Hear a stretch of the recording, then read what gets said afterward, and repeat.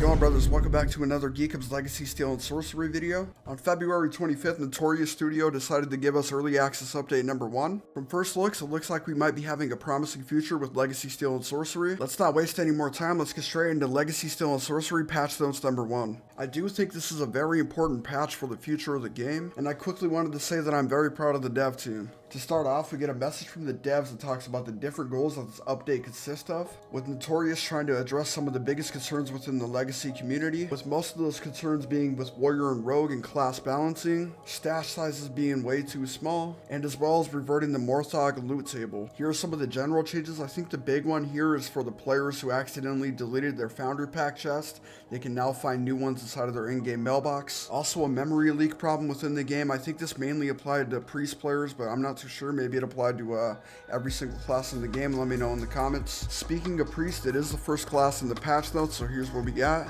Overall, I think it is safe to say that Priest did get a buff here by reducing the Divine Mirror and the Guided Star by 5 energy. They also reduced the Heaven's Word detonation time to 2 seconds when it originally was 3, and a pretty nice buff to the Heaven's Wraith, increasing the travel speed by 30%.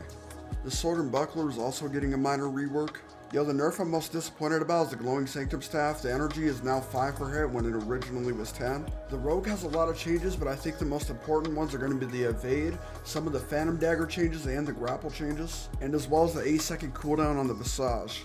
I think the Hunter got a minor nerf with the Explosion Seed no longer doing a knockdown, but instead it is a larger stagger. But if I were a Hunter man, I know I'd be definitely excited for the medium bow base damage buffs, where they are all increased by 7.5%. I'm not too sure how I feel about the Explosion Seed not doing a knockdown, but instead doing that larger stagger. If you're a Hunter main, definitely let me know in the comments, because I'm trying to hear what you think about that one.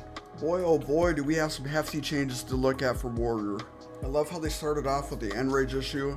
When Warrior would pop his Enrage ability, it would make him immune to stuns, and let me tell you what, it was very, very stressful fighting Warriors.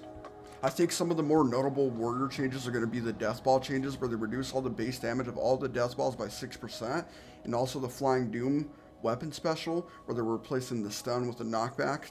The Spears and the Warhorn also got a change.